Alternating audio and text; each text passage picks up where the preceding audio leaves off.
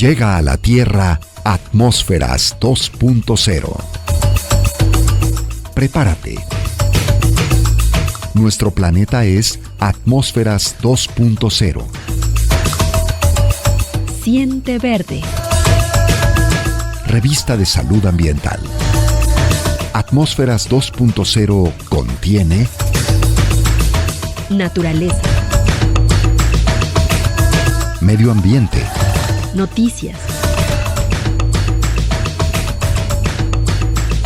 música, entrevistas, salud y más. Conducido por la especialista en educación ambiental, María del Rayo. Bienvenidos.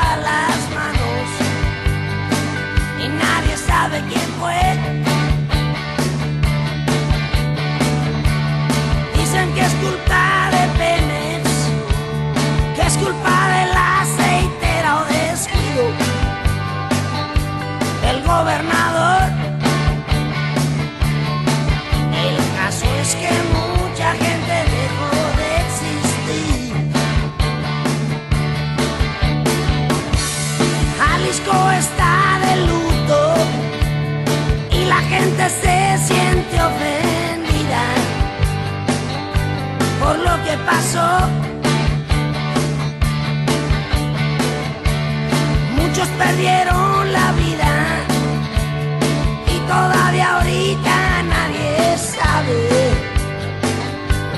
sabe por qué.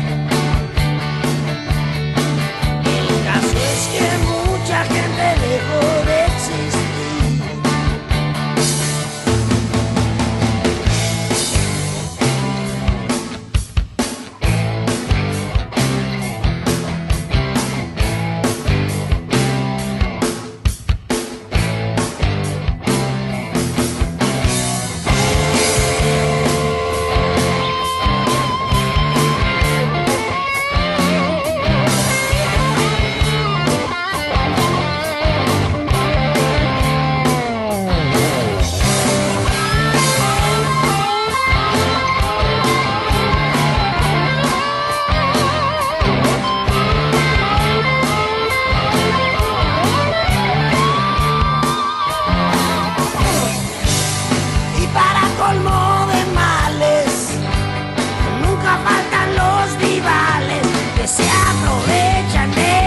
Hola, pues sí, estamos aquí en una emisión más de Atmósferas 2.0 con el tema de los riesgos mortales en una metrópoli. Yo creo que la vida cotidiana nos lleva a estas inercias de no ser conscientes que a la vuelta de la esquina nos podemos encontrar una situación de verdadero riesgo, sobre todo aquellas en donde asiste la negligencia, el dolo, una contaminación por desechos que puede ser una verdadera bomba química. Y para platicar sobre este tema tenemos el caso de las explosiones del 22 de abril. Un caso concreto de lo que representa los riesgos mortales en una metrópoli por contaminación. Nuestra invitada, mi amiga, mi amiguísima querida, Lilia Ruiz. Ella es líder de la Asociación de Lesionados del 22 de abril de 1992, 25 años ya de aquella conflagración mortal. ¿Cómo estás, Lilia? Como bien dices, a 25 años ya de las explosiones, como podrá imaginarse el auditorio, como nos conoces tú, sí, muy bien, María del Rayo, desde entonces hemos pasado por muchas cosas, pero pudimos todavía quedar con vida para la lucha que hemos venido llevando por estos 25 años. Vamos a conversar de lleno con Lilia, pero antes vamos a escuchar la opinión del experto José Antonio Gómez Reina. Hay que recordar que cuando se presenta este problema el 22 de abril, a las 10 de la mañana, más o menos 10:05 fue cuando inició, pues ya había antecedentes. Hay que recordar que para más o menos el 25 de marzo del 85, de 1985, acá en la Sierra Morena, calle Sierra Morena, acá junto del Centro Médico de Occidente, en la Calle Independencia, también hubo una explosión, estamos hablando 7 años antes, y ahí fueron como unos 800 metros los que también voló el drenaje.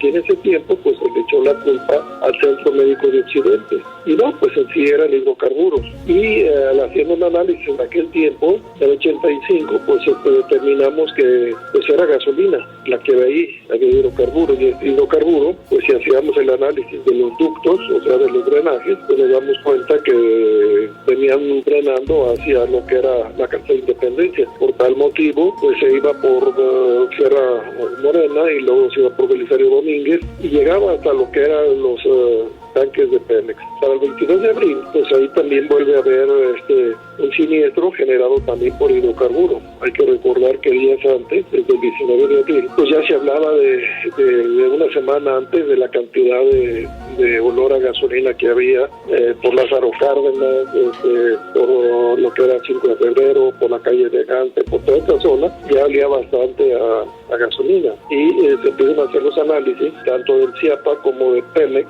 e inclusive participa el Cuerpo de Bomberos, que en aquel tiempo lo comandaba el mayor Trinidad López Rivas, y pues el mismo 22 de abril dice pues que no hay ningún problema, que no hay problemas de explosión, acompañado de 6-7 elementos, ordena que se empiecen a abrir las tapas de los drenajes y pues sencillamente oxigenan la mezcla y se producen las explosiones, y estas explosiones duraron más o menos desde las 10:05, 10:07 hasta las 11:35, 30, o sea, más de hora y media hubo explosiones, y estas explosiones inician en la calle de Aldama y la calle de Independencia, después se van por Gante, etcétera, pues llegan hasta la colonia Atlas, y estamos hablando de 10 explosiones las que se generan, y en una distancia de destrucción de 15 kilómetros. Fíjate que lo hemos escuchado muchas veces y cada vez que lo escuchamos nos sigue impactando igual. Toda la conjunción de elementos, toda esta sinergia que tuvo que acontecer ese día para la conflagración de esta bomba mortal. Lilia, pero tú estabas ¿por qué estabas en la zona del evento? La historia de mi vida ha sido como llena de muchas coincidencias. Yo nací en Michoacán, pero desde 1970 vivo en Guadalajara. Ya son muchos años. En el 70, muy joven de 17 años, me casé y al día siguiente nos venimos de luna de miel a Guadalajara y decidimos no regresar y nos quedamos a vivir en el barrio de Analco. Como coincidencia, vivíamos en la calle de Gante. Nosotros vivíamos justo cuando se construyó el colector. Yo sé qué dimensiones tiene, cómo se construyó, sé cómo se dañaron las fincas, cómo se apuntalaban las casas para que no se cayeran porque se cuartearon. Sé por qué se derrumbaron esas casas, porque estaban muy dañadas, se habían dañado porque se había hecho una barranca en la calle cuando se construyó el colector. Entonces sé que apareció un túnel, sé muchas cosas yo de la calle de ¿Lo Gante. viviste? Lo viví. Bueno, entonces conozco muy bien el barrio de Analco. Ahí nací prácticamente a mi llegada a Guadalajara. ¿Sí? ¿Ya tenías los 4 hijos cuando sucede el evento mortal? Ya tenía mis 4 hijos. Me había cambiado a la colonia Atlas. Ese día habíamos llegado el día anterior de vacaciones, puesto que era semana de Pascua. Habíamos estado remontados, habíamos ido al bosque, a la sierra, en unos olores distintos completamente a los que estaban padeciendo aquí en Guadalajara. Cuando tú llegas ya a Guadalajara, entras a la ciudad y vas al rumbo por esa zona. Exactamente. ¿Te empiezas a dar cuenta del olor? No. Todavía no. Todavía no, quizás la euforia que traíamos de llegar bien. Y de llegar bien y del cansancio que nos agotaba de querer llegar a nuestra casa y bajarnos del carro en el que traíamos ya 9 horas. Ajá. Llegamos a descansar. Y en ese momento no perciben ese intenso olor a gasolina que ya se anunciaba, que algo estaba pasando, algo extraño estaba pasando. No se sabía ese momento qué, pero algo podía venir y fuerte. Vamos a ir a una pausa y seguimos conversando. Gracias.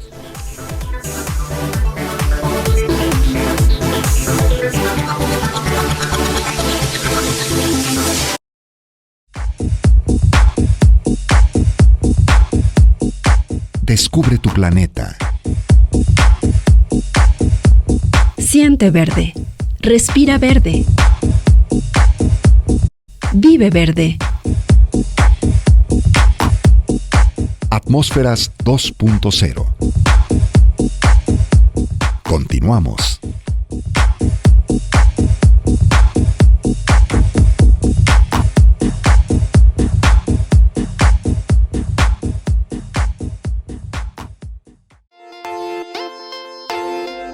Continúa escuchando Atmósferas 2.0.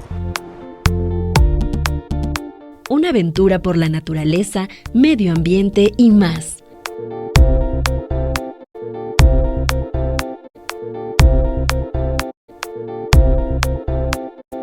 Regresamos.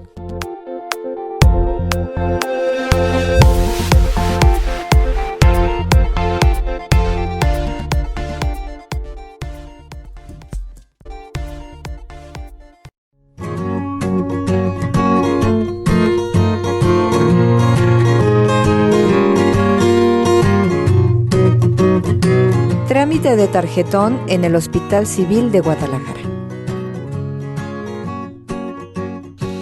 Paso 1.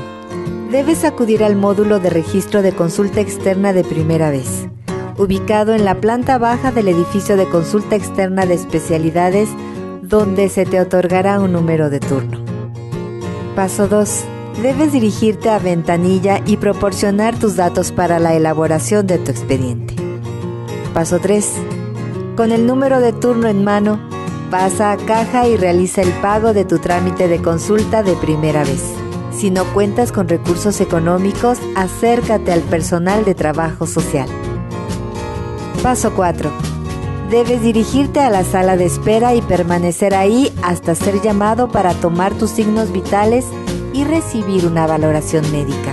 De 0 a 15 años, ve al área de consulta externa del piso 1 del edificio. Si eres adulto, ve a la planta baja del edificio en el área de consulta externa de primera vez. Paso 5. Después de la valoración médica, regresa y permanece unos minutos en la sala de espera, hasta que el personal de trabajo social de la institución te haga entrega de tu tarjetón.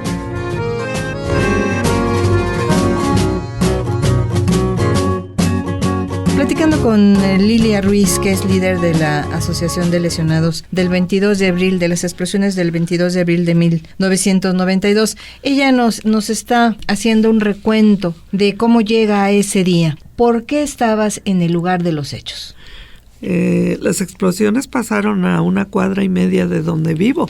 Correcto. Pero al levantarme a la hora acostumbrada, pues recuerdo que era vacaciones y decido regresarme a la cama otro ratito. Y ya después, un poquito más tarde, 8 o 9 de la mañana, desayunamos. Felipe se retira. Y Así es. tú quedas en casa. Con los dos pequeños, con los 2 hijos pequeños. Entonces recuerdo, porque repito, pues yo viví en Analco muchos años, fueron 8 años, y recuerdo que por ser miércoles se hace todavía el tianguis del Mercado Rizo.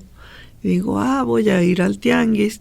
Me gusta seguir yendo hasta la fecha porque me encuentro con las comadres, con las vecinas, con las amigas. Entonces, mi carrito estaba en reparación con el mecánico, lo habíamos dejado aprovechando que no íbamos a estar y que no lo iba a usar. Y entonces, como no tenía el carrito, dije, pues me voy a ir en el camión.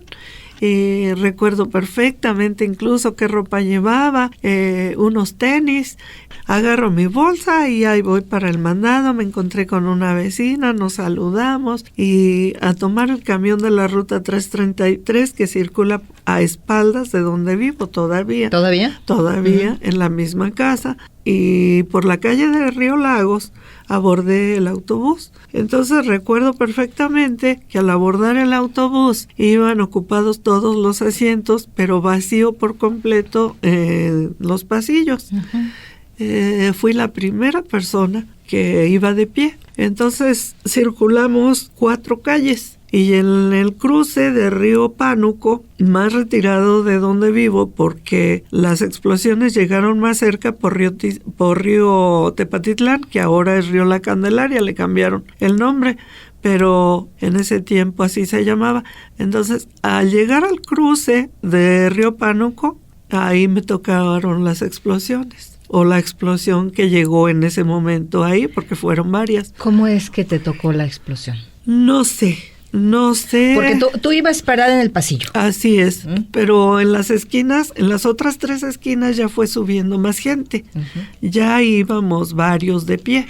No sé exactamente cuántos, pero sí ya íbamos unas 15 o 20 personas de pie. Entonces, al llegar a ese cruce, surge la explosión de la que... ¿Qué escuchas? Nada. Nada. Yo no recuerdo absolutamente nada, ni un ruido, ni un golpe, no recuerdo nada, no sé. Pero no te dice alguien que hubiera estado en el camión contigo, no supiste de compañeros, amigos, amigas que también estaban ahí o conocidos, o alguien que te hubiera dicho, se escuchó, se vio una luz, se escuchó el trueno, ¿no? No he coincidido con nadie. Que te pueda dar esa referencia. Así es. Bueno, entonces, ¿tú no recuerdas? Yo no recuerdo nada.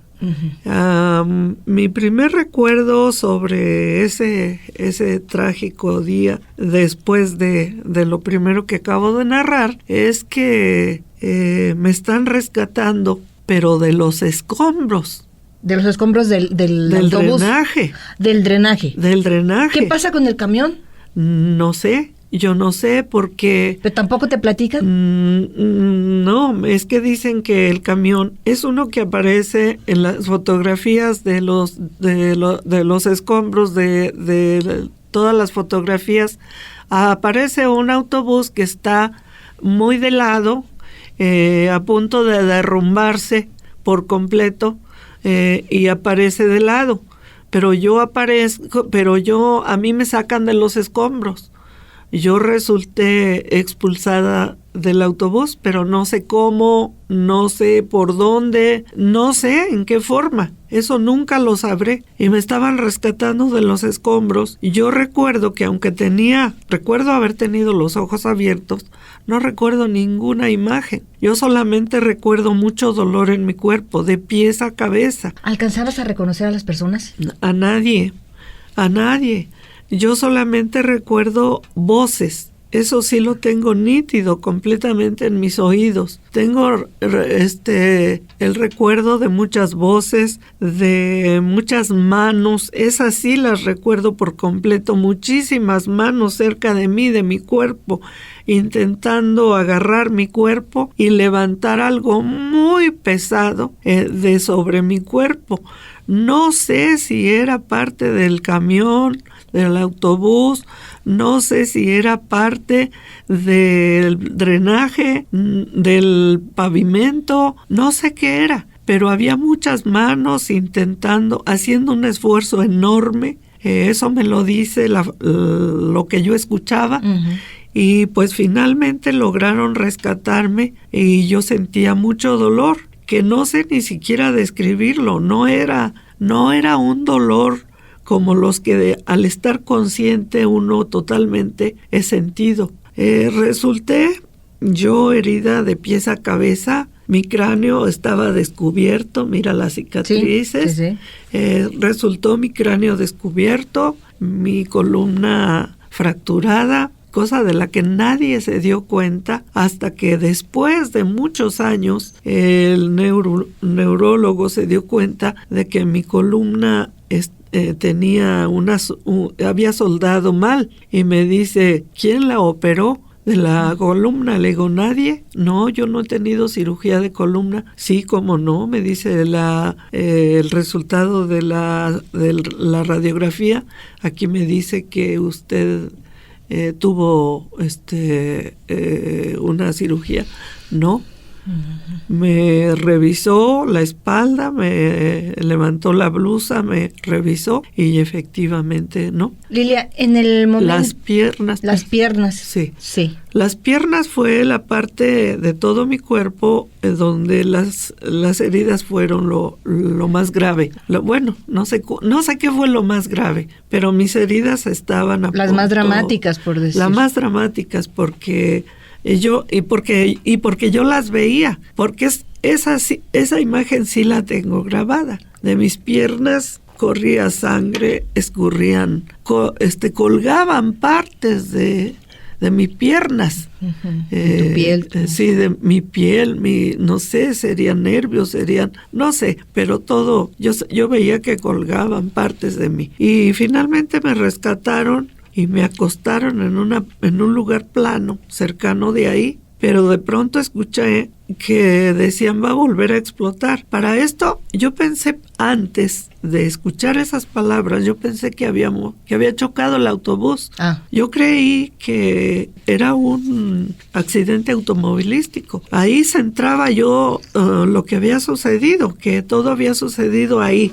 Pero después me di cuenta de que no, de que había pasado algo más cuando dijeron comenzaste a darte cuenta en ese momento. Sí, cuando escuchabas puede volver a explotar, dijeron. Ahí dijiste no es un accidente de autobús. Así dijeron, vámonos porque va a volver a explotar, pero entonces todavía yo decía, entonces explotó el combustible del autobús. ¿Todavía pensabas eso? Todavía pensaba, el autobús, yo nada más. Hasta que la gente corrió y escuché pasos, pero al escuchar pasos corriendo, se escuchaba cerca de mí muchos gemidos, muchos. Entonces yo decía, ¿dónde estoy? ¿Quién está cerca de mí? ¿Qué pasó? Y yo escuchaba gemidos, entonces eso me dijo que había más gente herida. Cerca de mí. O sea que junto a ti quizá fue un lugar en donde comenzaron a reunir a los lesionados. O a los que todavía no rescataban. Puede ser, a los que todavía no rescataran. Vamos a ir a una pausa, Lilia. Volvemos. Bien.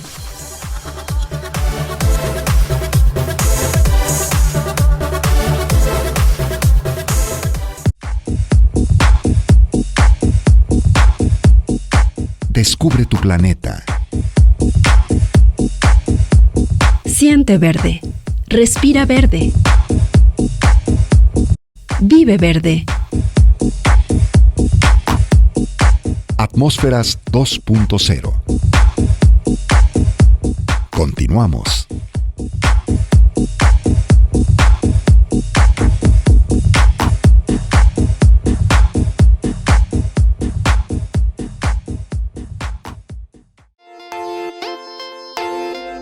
Continúa escuchando Atmósferas 2.0. Una aventura por la naturaleza, medio ambiente y más.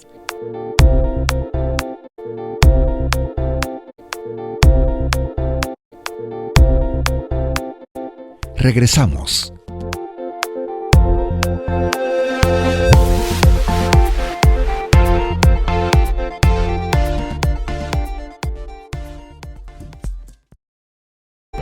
Si en mi opinión existe una fiscalización permanente de la autoridad en la materia. Yo creo que no, yo creo que ese es el gran punto y el único modo de paliarlo es con una activa participación ciudadana, que se notifique cuando hay olores extraños, cuando se ve descargar a alguien cosas inadecuadas a los drenajes o al colector, cuando hay situaciones de taponamiento, por ejemplo, que recordemos que eso fue fundamental para que se creara el efecto de cámara que provocó que explotara el colector Intermedio Oriente el 22 de abril. Entonces me parece que tenemos que avanzar todavía con esto. Considero que existen condiciones para que se replique el 22 de abril la conflagración. Yo creo que no por vía accidental, o sea, hubo negligencia criminal en el caso del 22 de abril por parte de Pemex, por parte de las autoridades estatales que tuvieron información de que podía explotar. Pero en este caso creo que el monitoreo ya permite de algún modo afrontarlo con más eficacia. El ejemplo de Tlajomulco reciente demuestra que ya no se tiembla la mano para hacer desalojo de vecinos. No obstante, creo que si algún loco se lo propone y arroja 200 litros de gasolina en un colector,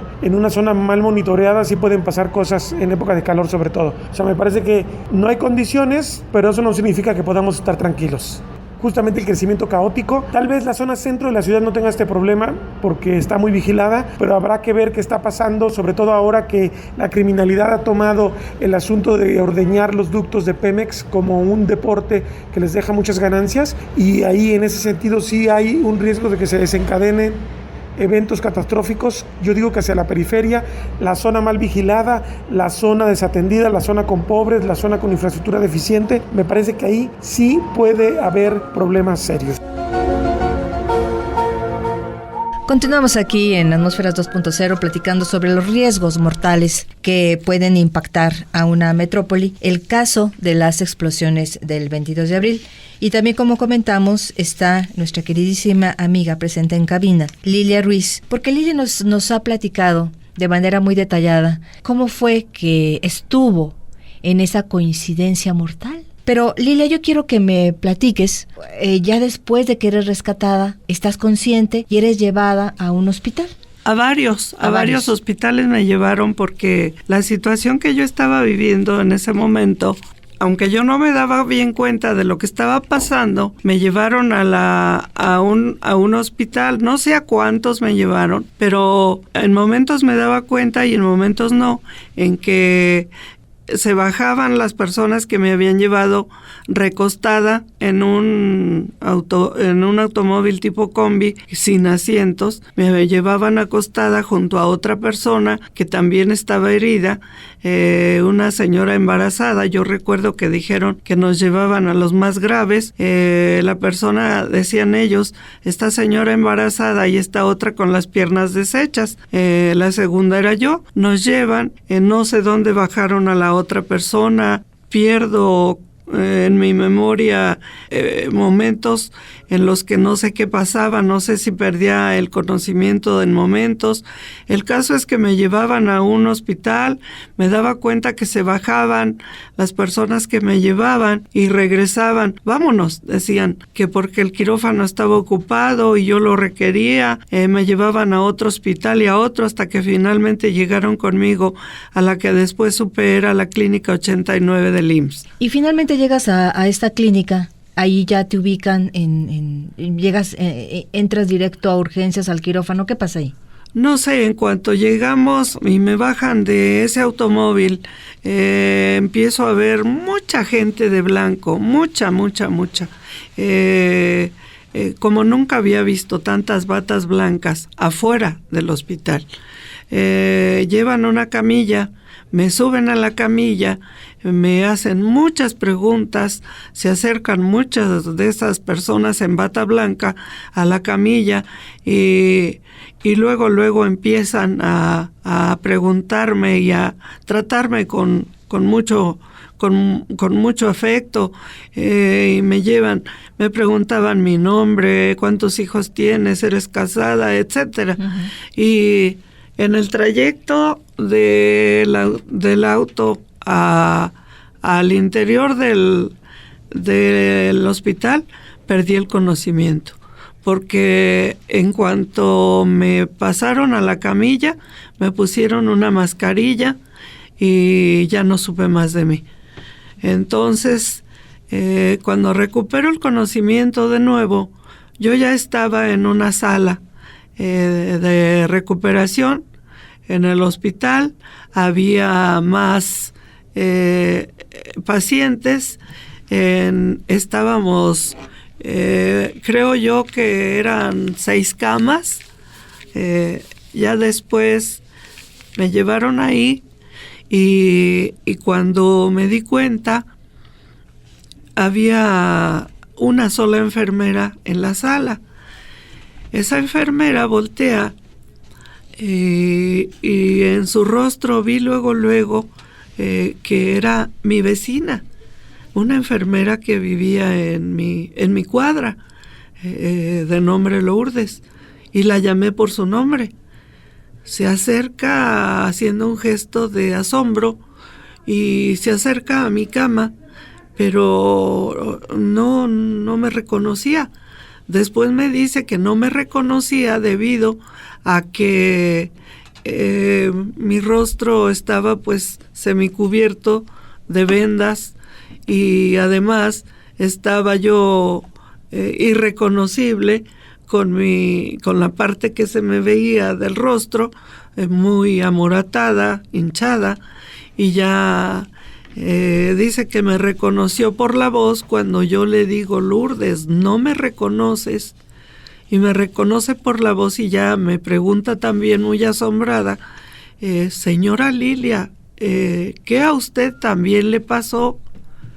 ¿Pero qué me pasó? ¿Qué fue lo que pasó? Ahí es donde te empiezan a platicar. Ahí. Que el camión sufrió el accidente debido a la explosión. Sí. Que queda volteado, ahí es donde te empiezan a platicar, Lilia. Hasta ese momento. Sí, hasta ese momento le pregunto yo, ¿qué fue lo que pasó? Cuando ella dijo así. Y entonces ya todas estas cosas que hay periodos en los que no recuerdas. Sí. Te comienza a platicar y a lo mejor tú empiezas a atar cabos. Vamos a ir a la sección Planeta Multicolor y volvemos.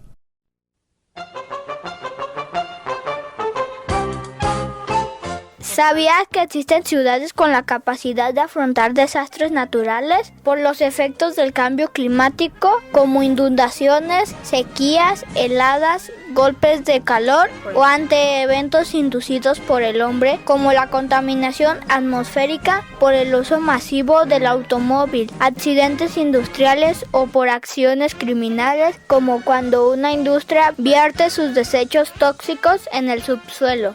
A estas se les llama ciudades resilientes. Hoy en Planeta Multicolor te explicaré más sobre ellas.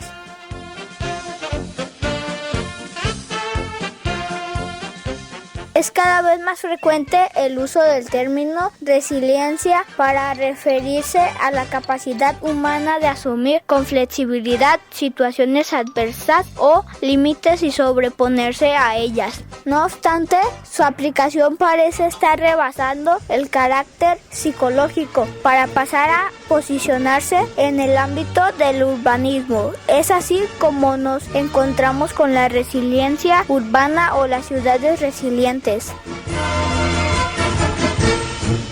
A continuación te enumero algunas de las causas de por qué las megaciudades se vuelven problemáticas, devoradoras de recursos y peligrosas. Su dispersión, el uso expansivo e indiscriminado del automóvil, la exposición de los humanos a la contaminación, el estrés y la violencia, las áreas verdes abandonadas e insuficientes, la pérdida de zonas de recarga de agua y de suelo fértil. Por lo tanto, busquemos incorporar a nuestra vida diaria valores resilientes y preventivos.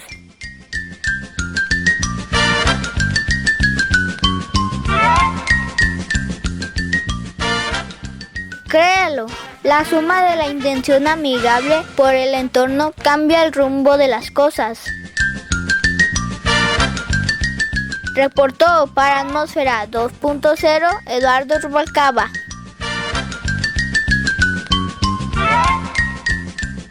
Gracias a Eduardo Rubalcaba. Bueno, pues conocimos un poquito más de la importancia de ser resilientes en las ciudades. Qué importante esta mención de la resiliencia ahora, y qué importante en lo que estamos hablando de la conflagración de este accidente, de este suceso, de este incidente, más que accidente, este incidente del 22 de abril de 1992.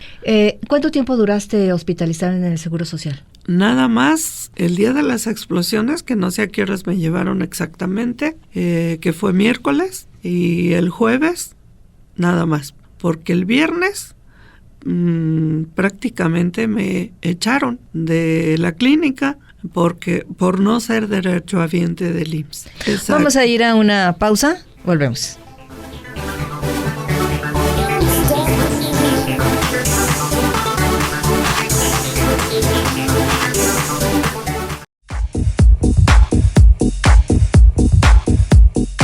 Descubre tu planeta. Siente verde.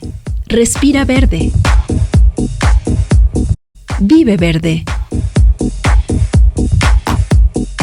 Atmósferas 2.0. Continuamos.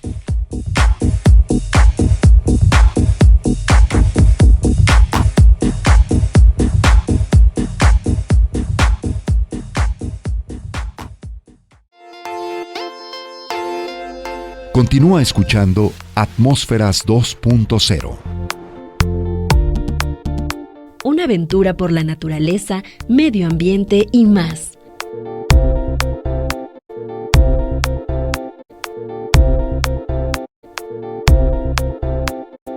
Regresamos.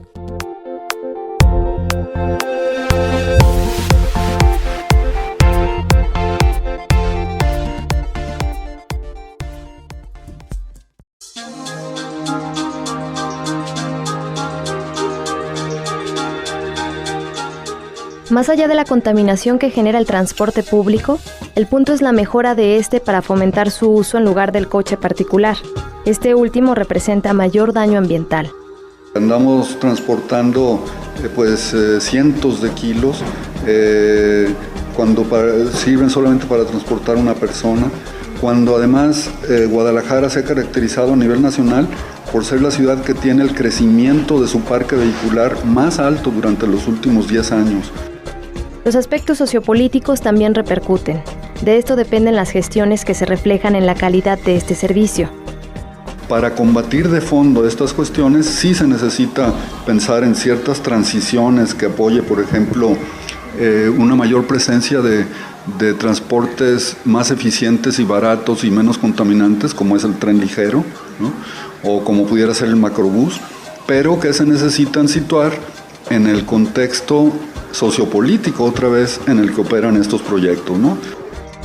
Un sistema de transporte incluyente requiere que se modifiquen y se resuelvan las estructuras por las que circula.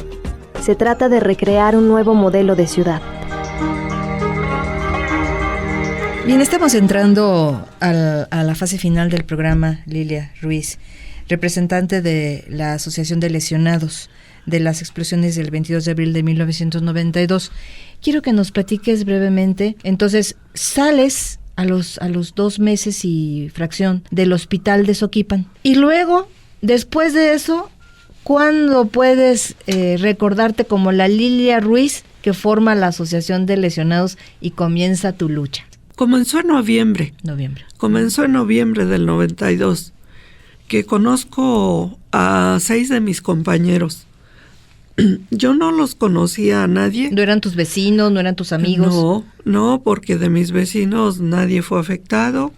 Yo los conocí por medio de mi esposo, que acudía al patronato que estaba indemnizando a quienes habíamos resultado dañados, y por haber sido yo la última sobreviviente que estaba en el hospital de Soquipan, me entrevistaban los medios, y ahí hubo la intervención del entonces presidente de la Cruz Roja, Felipe de Jesús Preciado Coronado, que a través de el entrevistador en ese tiempo, José Luis Jiménez Castro.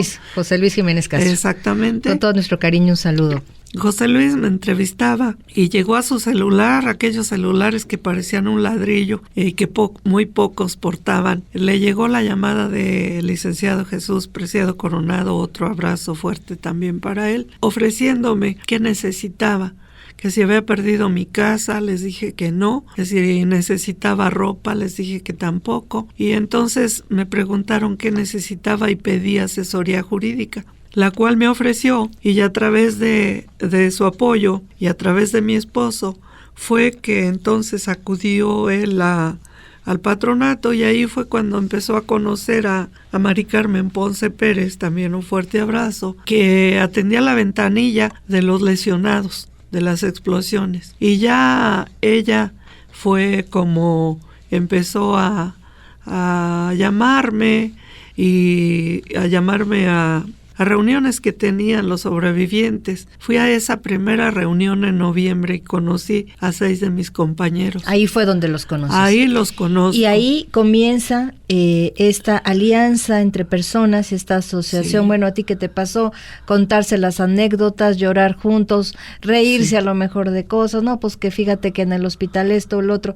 Porque luego siempre uno trata de reírse de sus tragedias, ¿verdad? De reincorporarte. Sí. Lilia, si tuvieras que enumerar, que sé que es muy difícil, pero si tuvieras que enumerar los avances o los logros de la asociación en 5 puntos, ¿qué me dirías? Pues creo yo que el primero fue tomar la decisión para reunir a la gente. Eso fue lo primero. Eso fue lo primero. Pegar carteles por iniciativa propia, pegar carteles en templos, mercados y escuelas que pudimos hacerlo, pues con mi equipo de trabajo, que era mi esposo. Sí. Y a partir de ahí. Como uno es en el activismo puro, ¿no? Exacto. Que es tu casa, tu mesita, tu silla, tu familia. Y nada más. Y nada más. Ajá. Entonces, mis hijos pequeños que me ayudaban también, a hacer las cartulinas. Váyase a pegar los carteles. Exactamente. Entonces, pues ese comenzó siendo mi equipo de trabajo. Sí. Y eso fue el primero. El segundo fue, en ese primer punto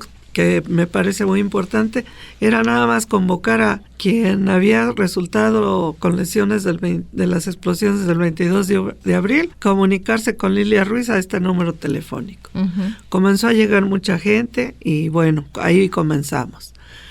Punto número 2, tomar la decisión de acudir a Palacio de Gobierno ante las autoridades.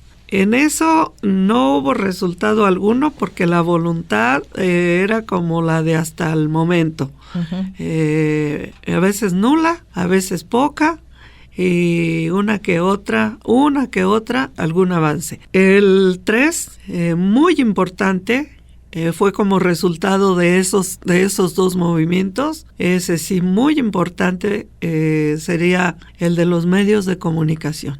El haber resultado que al día siguiente de ese movimiento, de esa presencia ante Palacio de Gobierno, aparecimos, sin haberlo nosotros buscado, aparecer en las primeras planas de los periódicos y en las noticias de las televisoras. Hoy dirían se viralizó. Exactamente, el tema. Ese fue uno de los momentos más importantes para nosotros, porque de ahí surge entonces el hecho de darlo a conocer a la ciudadanía y recibir el apoyo a cambio para que empezaran a enviar cartas a los medios de comunicación, recibir el apoyo, recibir que gente como tú, María del Rayo Calderón, y otras muchas personas que empezaron a llamarnos, que empezaron a apoyarnos, mucha gente que se acerca con nosotros, mucha gente nos apoya. Y ese sería el 3. Ese sería el 3. Lilia, qué bueno. Danos en 20 segundos una anécdota que te haya maravillado en estos 25 años. Pues ha habido muchas que compartir, muchísimas. Pero una que digas esta. Pero la que recuerdo, pues a lo mejor voy a hacer llorar a algunos, pero recuerdo que después de usar mi prótesis, ya sin mi pierna, en la graduación de mi primer hijo como ingeniero en comunicaciones, recuerdo que pues en ese tiempo todavía se graduaban casi puros hombres en ingeniería y dicen, ahora los ingenieros van a bailar el vals con sus mamás y se levantan inmediatamente las mamás y mi hijo se queda del otro lado del salón y yo me quedo sentada, pero de pronto me pongo a pensar como esa guerrera que aprendí a ser y dije, no, sin una pierna, pero mi hijo todavía tiene mamá. Y me levanto y nos dirigimos, mi hijo a mí y yo a él. Comenzamos a bailar y creo que ha sido uno de los momentos que jamás voy a olvidar. Y yo te voy a contar otra. Cuando en el Congreso local el diputado en ese entonces Raúl Padilla López, que ayudó mucho a la asociación. Un fuerte abrazo donde quiera que esté. Se cuestionaba mucho que Lilia fuera una farsa, lo de su pérdida de la pierna. Pero ¿cuál fue nuestra sorpresa? Que en una sesión plenaria, ¿tú te quitas la prótesis? Muchos decían que yo era una farsante, sobre todo el gobierno que en ese tiempo era panista, decían que yo dramatizaba. Sí. Por eso lo más hice. Bien era un marketing político para minimizar el daño tan enorme y también, Lilia, que muchos pudieran no creer tu fuerza de espíritu. Bueno, pues yo agradezco a Sembrando Conciencia y agradezco a Zaira Quiñones, al programa Atmósferas TV, por habernos dado contenidos, a Jaime Preciado Coronado del Departamento de Estudios Políticos, investigador, muchas gracias, hablando sobre movilidad. Y bueno, pues agradezco igualmente a la Secretaría de Medio Ambiente y Desarrollo Territorial Semarnat Jalisco, a los hospitales civiles de Guadalajara, al CUCBA y desde luego a nuestra queridísima amiga Lilia Ruiz, a Felipe, su esposo, que está aquí presente, por habernos dado esta conversación tan hermosa. Hoy conocemos un poquito más de esta conflagración mortal. Sabemos que hubo muchas vidas que se perdieron después, mucha lucha que se ha dado, pero no nos queda la mayor duda, Lilia, que personajes como tú hacen que otros digan, es posible. Gracias, Lilia, que estuviste aquí en Atmósferas 2.0. Gracias María del Rayo Calderón, gracias auditorio, gracias a todos aquellos como el licenciado Padilla, a quien le viviremos eternamente agradecida. ¿Por qué? Porque gracias a él pudimos lograr mucho de lo que hemos logrado. El fideicomiso se instituyó gracias a su participación en el Congreso y gracias a gente como ustedes hemos podido avanzar en esto y sabemos que los amigos como Pepe Gutiérrez, como mucha otra gente, mucha gente. Si no sería posible nombrarla toda. Gracias a los que creen en esta lucha, gracias a aquellos que no obstaculizan nuestra lucha poniendo trabas, ensuciando esto tan limpio. Gracias, nosotros no estamos aquí luchando para protagonizar, estamos luchando para conseguir una mejor forma de vida para los que ya vivimos un momento muy amargo mortal. Y lo vamos a estar viviendo hasta el último día de nuestras vidas. Esto fue Atmósferas 2.0. Gracias por el favor de su atención. Hasta la próxima.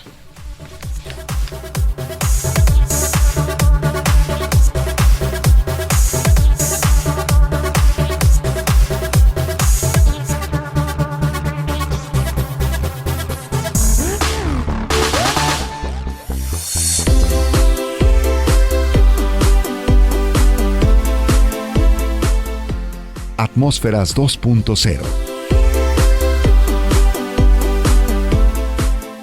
Revista de Ecología y Salud. Saber vivir.